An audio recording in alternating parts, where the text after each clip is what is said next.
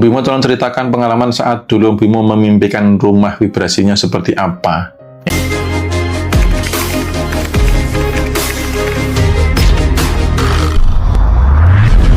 Ya, jadi teknik menarik goals, entah itu rumah, mobil, dan lain sebagainya, teman-teman, tekniknya yang pertama adalah lakukan di kondisi gelombang otak yang alfa atau theta. Kondisi santai, rileks, tenang. Jangan di kondisi yang panik, jangan di kondisi-kondisi yang lagi mikir, yang lagi santai. Bisa seperti beberapa yang lalu saya live ritual di depan teras dan lain sebagainya. Nah, itu teman-teman bisa melakukan itu.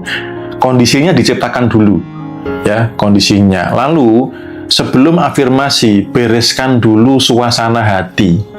Misal nih teman-teman lagi dikecewain, entah dikecewain pasangan, entah dikecewain atau direndahkan oleh mertua atau orang tua sendiri atau mungkin teman kerja dan sebagainya. Lalu teman-teman buat afirmasi itu tidak bagus. Gitu. Banyak orang yang afirmasi memimpikan misalkan rumah gitu ya.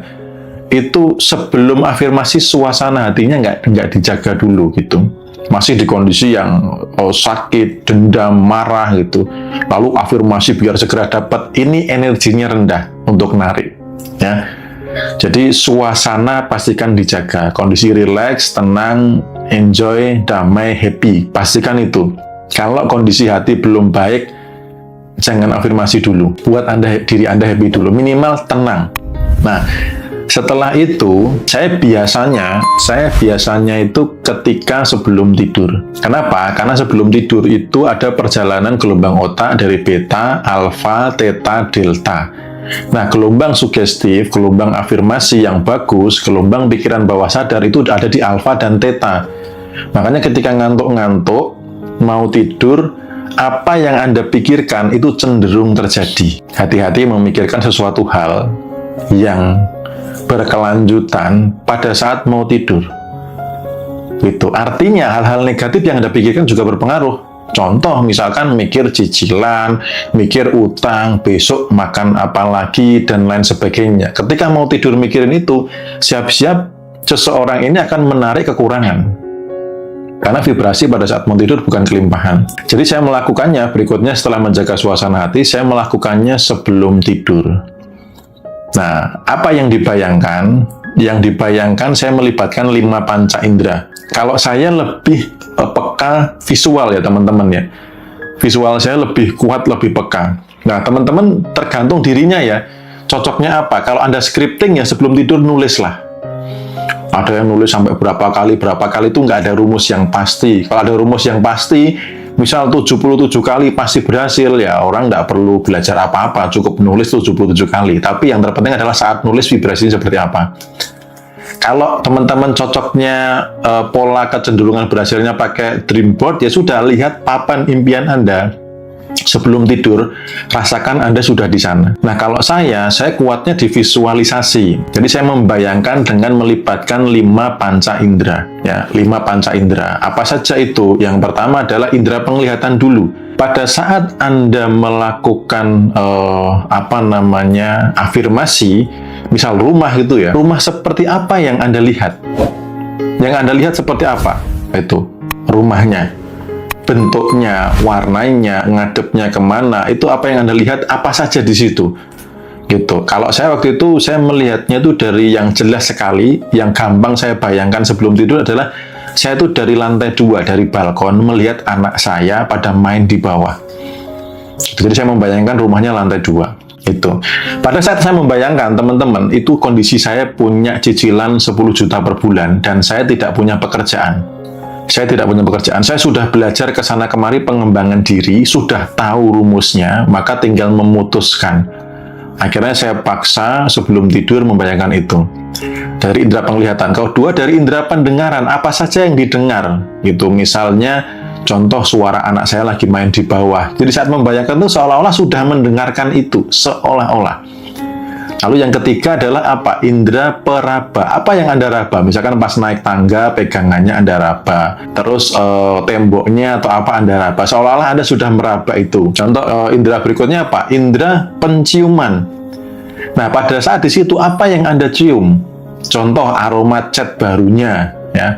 Oh, ini catnya baru nih, seger banget gitu, aroma cat misalkan. Kemudian apa? Misalkan di situ di balkon sambil minum kopi, berarti Anda menghirup apa? Aroma kopi. Nah, lalu apa? Indera pengecap.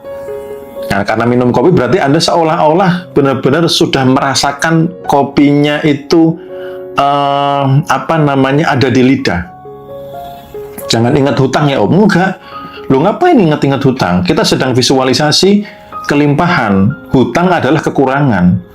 Kalau itu bersamaan menjadi tidak fix, nggak bisa narik kelimpahan dengan vibrasi kekurangan. Karena walaupun saya mikirin utang, saya berpikir keras tentang hutang, sudah sekitar berapa? Dari 2006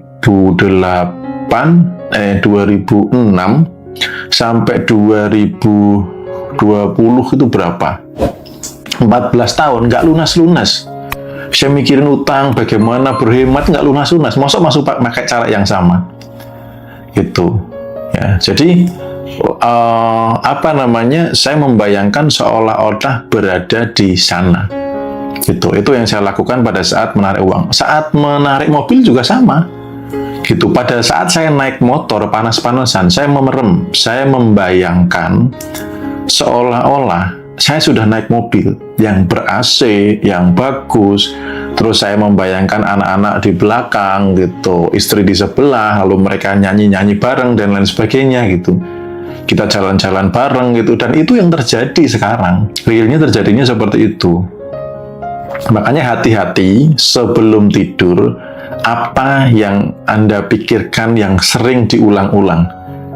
Gitu, ya. Kalau banyak impian gimana? Ya nggak apa-apa. Kalau banyak impian, yang penting Anda punya mindset bahwa semesta infinity, bahwa Allah Maha Besar misalkan gitu ya. Jadi jangan sampai Anda merasa impiannya banyak tapi kayaknya nggak dikabulkan deh gitu.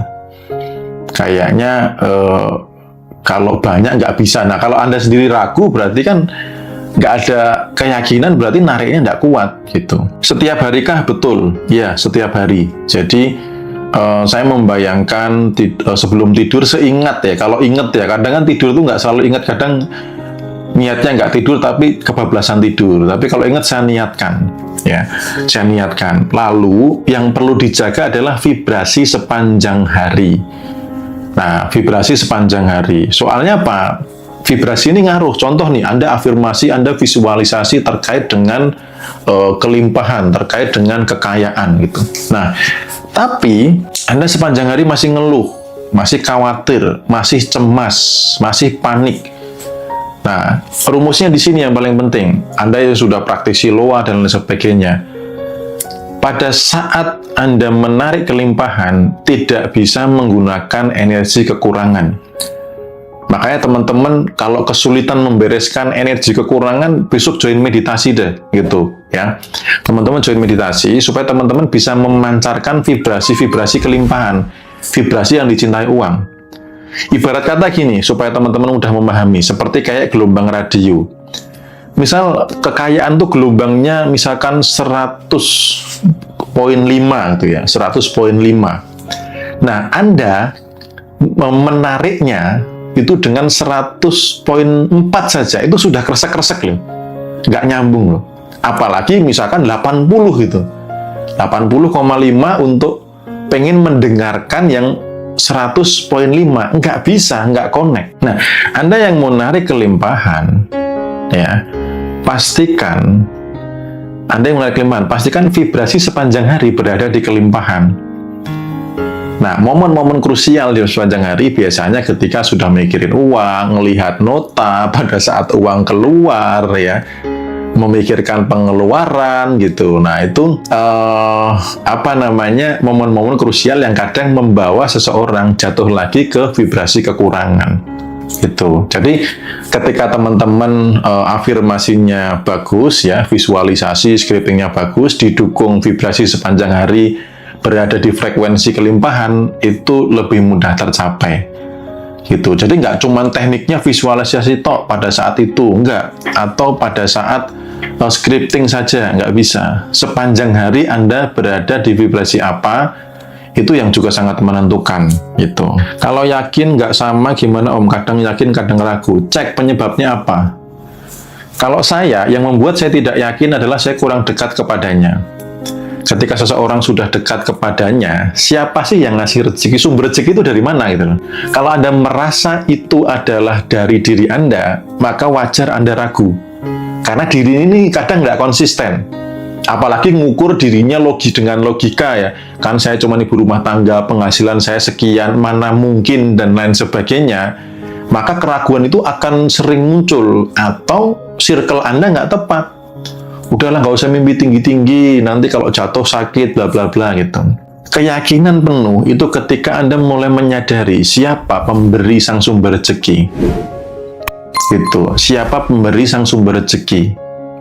Itu yang menjadi keyakinan Anda gitu. Ya, misalkan contoh, katanya Allah Maha Besar, misalkan gitu. Kenapa Anda ragu? Berarti kan ragu itu artinya apa?